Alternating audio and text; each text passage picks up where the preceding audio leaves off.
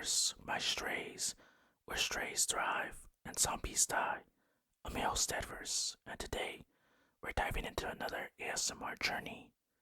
In this episode, we descend into the eerie heart of Family Guy, where the Y2K meltdown awakened a ravenous horde in Quahog, transforming Brian and earning the giant chicken into mindless undead and forcing the Griffins to survive in their iconic yellow and blue home.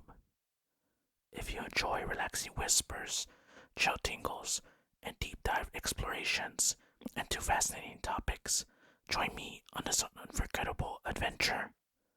Now dim the lights, find your coziest nook, and let the haunting ambience of a zombie-infested quahog lure you into a world where even the most familiar scenes become a thrilling nightmare.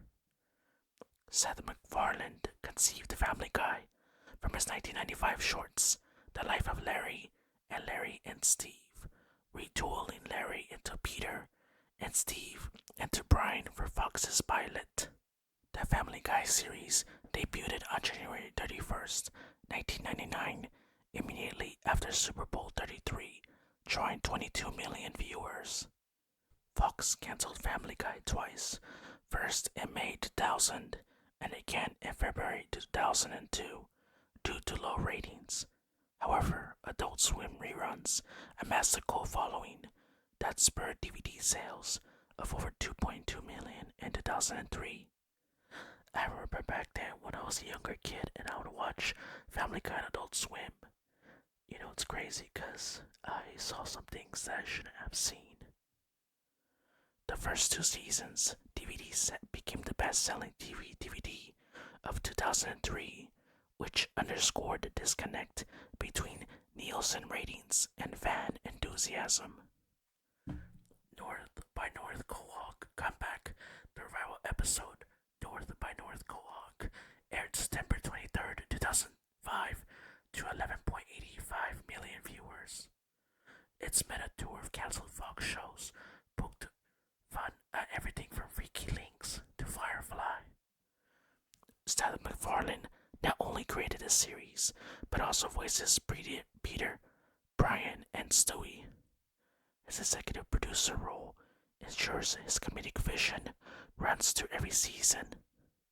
This man voices so many characters that it's kind of difficult to tell who is he voicing. That's some great talent right there. Peter Griffin's Rhode Island flavored drawl was modeled on a security guard McFarlane knew at RISD. This accent underpins Peter's lovable everyman persona. Brian is named after the dog Steve from McFarlane's original shorts, speaks with the dry wit of a cultured intellectual. His liberal viewpoints often clash with Peter's buffoonery.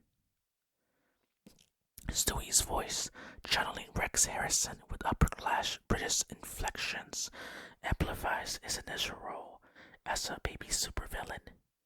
Over time, writers reshaped him into a nuanced anti-hero, deepening his bond with Brian. Voiced by Alex Borstein, Lois, Peter's wife, shifted from blonde to auburn hair in earlier seasons for better visual contrast. Initially, the archetypical suburban mom, her arcs encompass bids and secret past. Mila Kunis assumed the role of Meg in season 2, and her all-born redesign avoided Simpson-style confusion. Chris Griffin is voiced by Seth Green, who was originally dubbed Criss Cross in early scripts. His gawky teeth persona fuels much of the family's offbeat humor. Glenn Quagmire's Kitty Too Cool burst onto the scene in season 4's episode 14. Also voiced by MacFarlane, the phrase encapsulates his hypersexual caricature. Joe's Bring It On, paraplegic cop Joe Swanson is voiced by Patrick Warburton. Parodies macho detective tropes with his deadpan Bring It On catchphrase. his deadpan gravitas to Quahog's eccentric mayor, issuing orders like mandatory naps and random holidays. Carter Peter Schmidt, which is Lois's billionaire father, embodies Cold War era elitism and his disdain for Peter. Carter's aristocratic coldness fuels comedic conflict. Road to Rhode Island, which aired in May 30th, 2000, is the first Road 2 special which sends Brian and Stewie on a cross-country mix of musical numbers and meta-humor. This series' rapid-fire cutaways, gags, brief unrelated comic asides derived from Monty Python-style sketches, which allows writers to maintain a separate storyboard pipeline to integrate them seamlessly. Personally, I find the gags to be like a transition phase for every major important scene in every Family Guy episode. It's quite genius, in fact. Blue Harvest, which is the Star Wars parody, the two-part season 6, premiered meticulously, which creates a new hope with Griffin family stand-ins from Princess Leia to Chewbacca. In season 4's PTV, Peter launches his own TV network to mock overzealous FCC regs after the Janet Jackson halftime incident.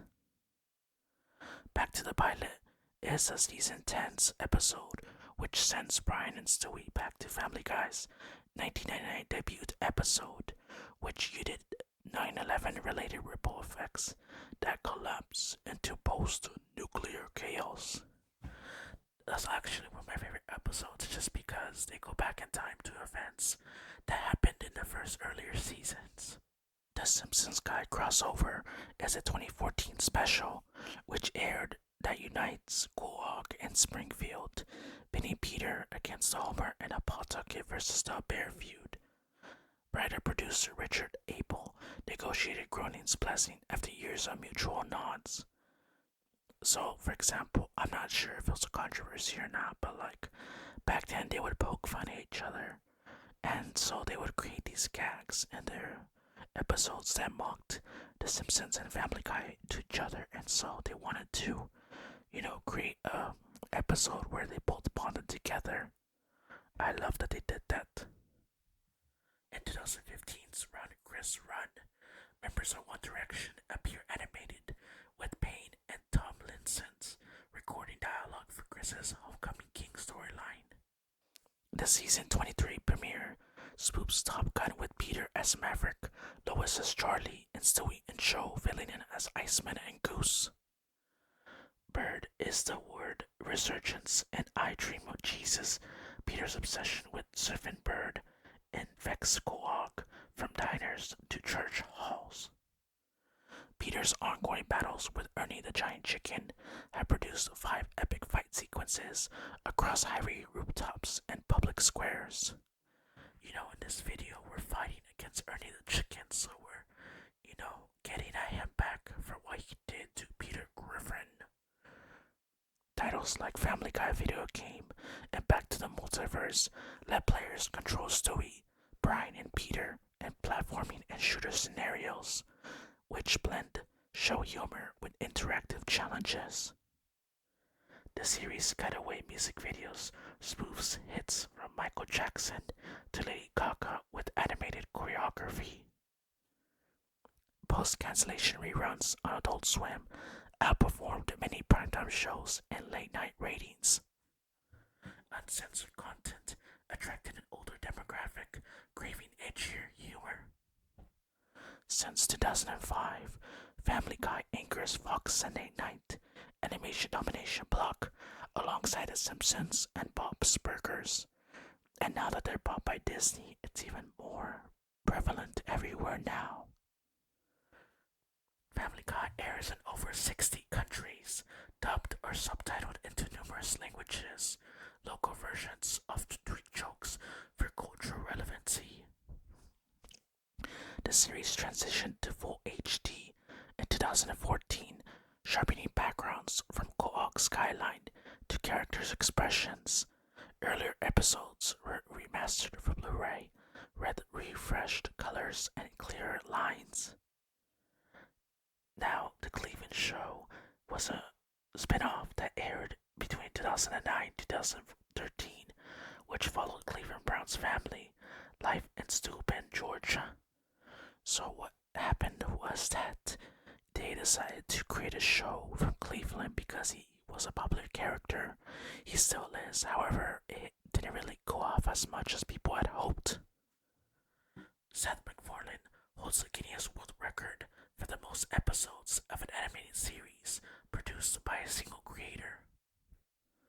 Cardinal Games released Family Guy Trivia and party games featuring over 1,000 questions for superfans.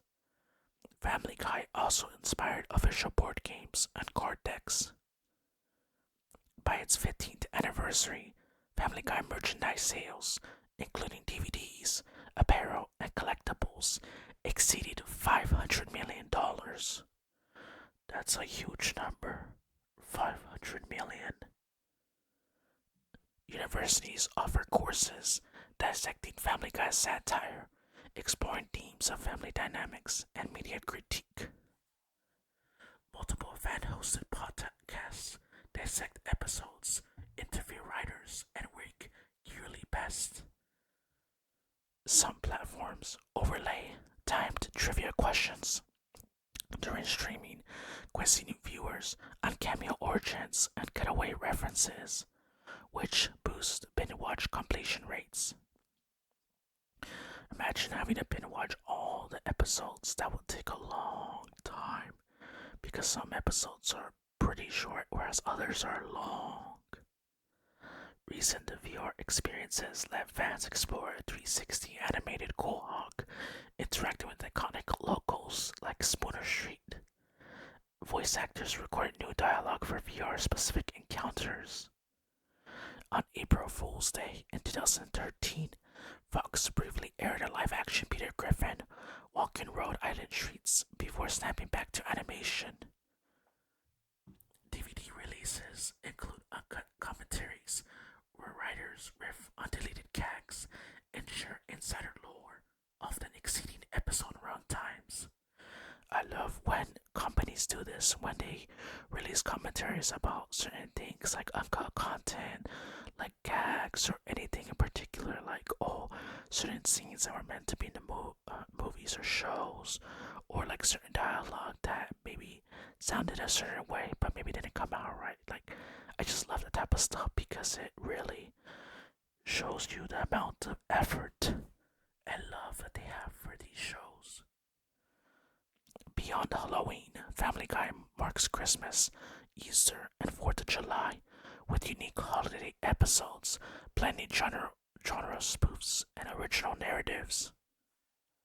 Select episodes ditch standard look for monochrome noir, pixel art video games, or psychedelic palettes, showcasing an animator's creative range. What this is trying to say is that some episodes typically have a different style to them. Like, for example, the one where Stewie and Brian travel to the multiverse, and so they go to a universe where everything is Disney-fied, or a universe where they are human, or a universe where Stewie is a dog and Brian is a human. Over its run, Family Guy has featured more than 200 guest voices, such as James Woods, Patrick Stewart, iconic Carrie Fisher, and more, often parodying their real-life personas. Carrie Fisher played Angela, who was Peter's longtime boss at his local beer shop. Unfortunately, due to her passing, they decided that her character would get a proper send-off in the form of a funeral. What's interesting is that the way that they portrayed her was that Peter Griffin actually said his eulogy at a wrong funeral ceremony, so it's kind of like saying that, we will always miss her no matter where we are. The official YouTube Family Guy channel regularly releases deleted scenes, storyboard animatics, and cast interviews, keeping fans engaged online. Independent conventions like GriffinCon feature cosplay contests, screening rooms, and voice actor panels, uniting fans across generations. Attendees reenact favorite scenes in table reads and improv workshops. So basically, what this is trying to say is that they're able to create certain scenes that they enjoyed, and so it kind of looks like it's a different version of Family Guy, just with different people and, of course, different personalities. Official Twitter and Instagram teasers of Family Guy embed cryptic hints, frames of upcoming villains or guest stars that superfans dissect for clues. Fan theory threads explode after each post. I love when they hide Easter eggs in certain posts because it goes to show that they want the Family Guy fandom to be engaged, and I love that. I am a fan of Family Guy. I love Family Guy. Cast and crew host annual live streams, mayhem and mirth, raising funds to trivia, live readings, and exclusive art reveals for children's hospitals and animal shelters.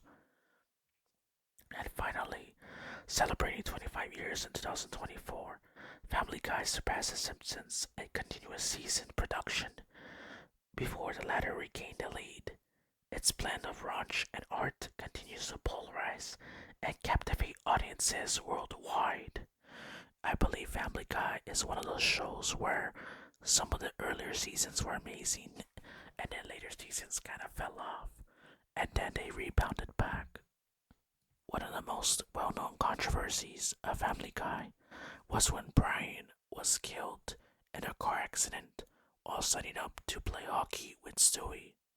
What happened was that he was setting up the hockey post, and while Stewie went to go grab something, and unfortunately the car came at a fast speed. The assumption is that the driver was drunk, and unfortunately it killed Brian. Some people, actually most of the fans, were bothered by this because they felt as though one of their favorite characters was ended off, and so what ended up happening was that eventually Stewie had to recreate his time machine to save his fellow dog friend. And those are all the facts and lore of Family Guy. If you enjoy relaxing whispers, chill tingles, and fascinating topics, join me on our next adventure. Now, my strays, I hope you sleep well and you fall asleep to the whispers of today's video. So long, my strays, where strays thrive and zombies die.